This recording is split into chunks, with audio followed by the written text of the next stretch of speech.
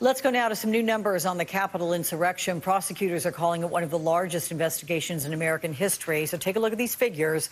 210,000 tips, 15,000 hours of video, data from 1,600 devices, 80,000 reports with 93,000 attachments related to witnesses and suspects. 900 search warrants were executed in almost every state, as well as Washington, D.C. There are 320 people now facing charges, with charges expected against at least 100 more. Joining me now, Frank Figliuzzi, former FBI Assistant Director for Counterintelligence. Frank is also the author of The FBI Way and MSNBC National Security Analyst. Frank, these numbers are staggering. Put this into context. How do you interpret these numbers? Well, what we're hearing, Alex, is that this has now become the largest investigation in FBI history. And it's not just about the number of subjects arrested or under investigation, but as you pointed out, it's the data behind this. It's the overwhelming tranche of body camera footage from officers, electronic surveillance, CCTV from the Capitol, all the social media posts before and after. So it literally could be terabytes of data, and someone has to go through that and make sense out of it. And so all the regional computer forensic laboratories in the FBI throughout the nation are just stretching to the max to get this evidence done and to get it done right. And that's partly why you're seeing prosecutors ask for delays from judges. Mm-hmm. You've seen reporting that they need more time. That's about the Federal Speedy Trial Act that actually starts a clock running when someone's arrested, and then between arrest and indictment, and then between arraignment in court and an actual trial date. And what we hear prosecutors saying is a clue.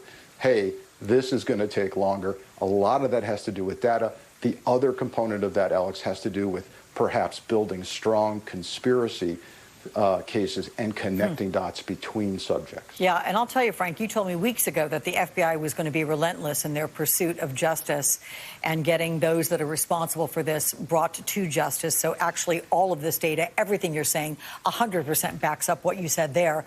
But even with all this enormous amount of data, are you surprised the FBI is still releasing the video of the suspect who planted the pipe bombs the night before the riot? I mean, that individual has yet to be caught. And isn't there a sizable reward out?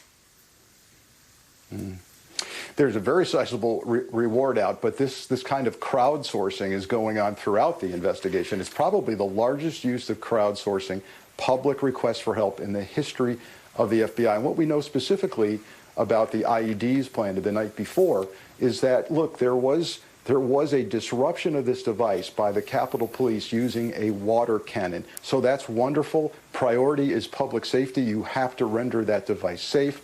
But you know what that means, Alex? It means it was destroyed with water.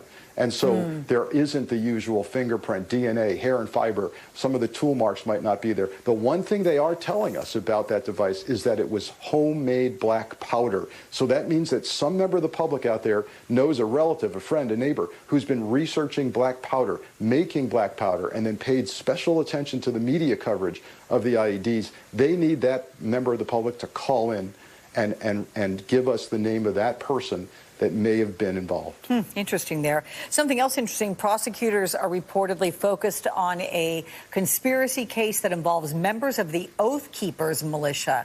Why is this significant, Frank?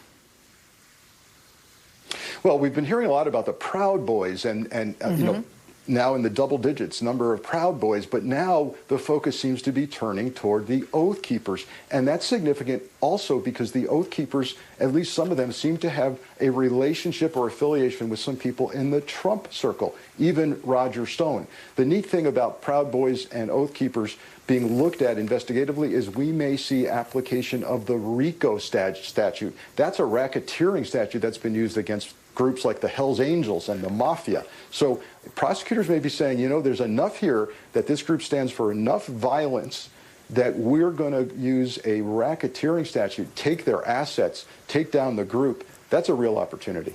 Are you hearing anything about intelligence that creates the continued reasoning for having the National Guard on duty and that fence that's there, that in a bipartisan way, a lot of lawmakers are saying we want that fence down?